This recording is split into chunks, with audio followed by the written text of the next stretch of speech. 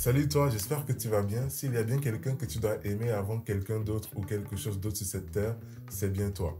Plusieurs personnes aujourd'hui ne vivent pas la vie que Dieu a prévue pour eux. Pourquoi? Parce qu'ils ne s'aiment pas du tout. Et c'est ce qu'on va voir aujourd'hui. Nous allons voir ensemble 7 signes qui montrent que tu ne t'aimes peut-être pas. T'es prêt? C'est parti.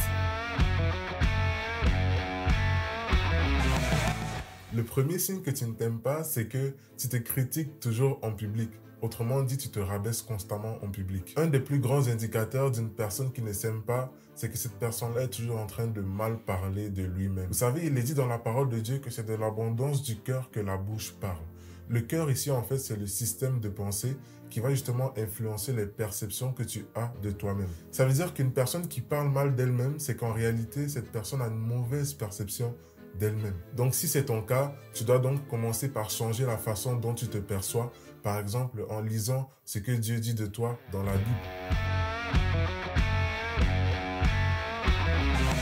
Deuxième signe que tu ne t'aimes pas, c'est que tu ne pardonnes pas tes propres erreurs. Vous savez, il est dit dans la Bible que lorsque nous confessons nos péchés à Dieu, Dieu est fidèle et bon pour nous les pardonner.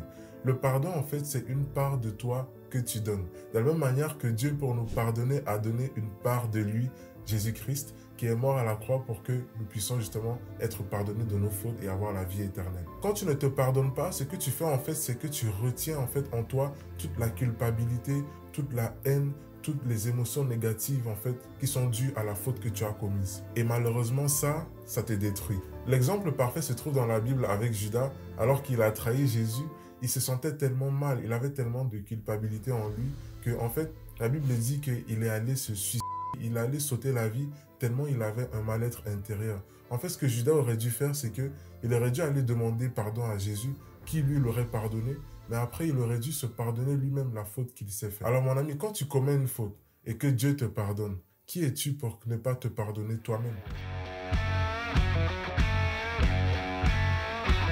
Troisième signe qui montre que tu ne t'aimes pas, c'est que tu es toujours à la recherche de l'approbation des autres. Tu sais, ça c'est un gros signe révélateur justement d'une blessure intérieure en toi. Ça montre que tu n'es pas capable de t'apprécier, de te valoriser toi-même. Tu sais, celui qui s'aime ne court pas nécessairement après l'approbation des autres. On le voit dans Matthieu 9, verset 29 où il est dit « Alors il leur toucha les yeux donc en guérissant des aveugles, il leur toucha les yeux en disant « Qu'il vous soit fait selon votre foi » et aussitôt leurs yeux s'ouvrirent. Et Jésus ajouta d'un ton sévère « Veillez à ce que personne n'apprenne ce qui vous est arrivé. » En gros, Jésus était en train de dire « Veillez à ce que personne ne sache que c'est moi qui vous a guéri. » En fait, Jésus disait ça pas parce qu'il ne voulait pas que les gens sachent nécessairement qu'il les a guéris, mais c'est parce qu'il sait qu'il n'a pas besoin qu'on le reconnaisse pour ce qu'il fait. Il n'a pas besoin qu'on l'approuve pour les actions qu'il fait, parce qu'il sait déjà qui il est en fait. Le quatrième signe que tu ne t'aimes pas, c'est que tu n'aimes pas les autres non plus. Parmi les plus grands commandements que Jésus lui-même a donnés, il a dit « Tu aimeras ton prochain comme toi-même ». Ça veut dire que si tu n'arrives pas à t'aimer toi-même, tu ne seras pas nécessairement capable d'aimer ton prochain. Et tu dois savoir qu'en réalité, on arrive à traiter les gens que de la façon qu'on se traite nous-mêmes. C'est pour ça que Jésus est en mesure de nous dire « Vous devez aimer votre prochain comme vous-même ». Parce que tu ne peux traiter quelqu'un que comme tu te traites toi-même. Si tu es une personne aigrie qui rend le mal par le mal, qui parle le mal des autres, c'est un signe révélateur d'une blessure intérieure en toi. Et surtout, c'est un signe que tu ne t'aimes pas. Le cinquième signe que tu ne t'aimes pas, c'est que tu prends des risques inutiles. Tu sais, la Bible nous encourage à prendre des risques, comme il est marqué justement dans Ecclésiaste 11, verset 1, où il est dit « N'hésite pas à prendre des risques, à la fin, tu pourras obtenir de bons résultats. » Ce que je veux que tu comprennes ici, c'est plutôt le fait que prendre des risques inutiles, c'est vraiment ce qui est dangereux pour toi. Prendre des risques inutiles signifie agir en dehors des règlements. Prenons un exemple très simple. Dans la société, il est dit par exemple dans le code de la route qu'on ne doit pas texter au téléphone alors qu'on est en train de conduire.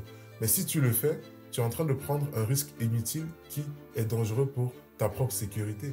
Il a aussi dit de ne pas dépasser certaines limites de vitesse, mais si toi tu les dépasses de façon exagérée, là aussi tu es en train de prendre des risques pour ta propre sécurité. Prendre des risques inutiles, c'est aussi agir à l'extérieur de la volonté de Dieu. Par exemple, lorsque tu commets des péchés, tu commets l'adultère, tu commets le mensonge, le vol et toutes ces choses, en réalité, tu es en train de faire du mal à toi-même. Voilà pourquoi tu dois réaliser que si tu as l'habitude de prendre des risques inutiles, c'est un bon indicateur qu'en réalité, tu ne t'aimes peut-être pas comme tu le penses. Sixième signe que tu ne t'aimes pas, c'est que tu n'apprends pas de tes erreurs. Tu sais, l'être humain a pour nature de faire des erreurs, de commettre des erreurs. Et malheureusement, ça nous cause beaucoup de mal. Mais le plus important, ce n'est pas la quantité d'erreurs que tu fais.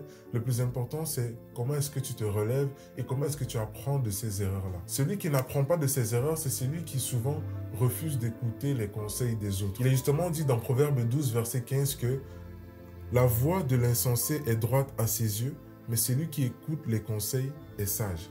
Ça veut dire, mon ami, que tu dois apprendre de tes erreurs en écoutant, par exemple, les conseils des autres, en regardant qu'est-ce que tu as fait de mal et comment est-ce que tu peux éviter de refaire cette même erreur-là pour éviter justement d'être un danger pour toi-même.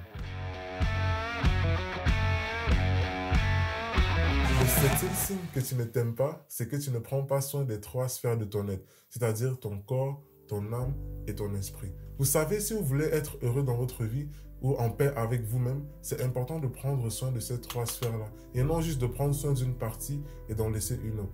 Comment prendre soin de son corps? C'est par exemple bien manger, bien dormir, bouger. Il faut aussi prendre soin de son âme, donc l'âme qui est le centre des émotions. C'est la raison pour laquelle on dit justement amitié, amour. Donc il faut avoir des bonnes relations avec les autres autour de nous.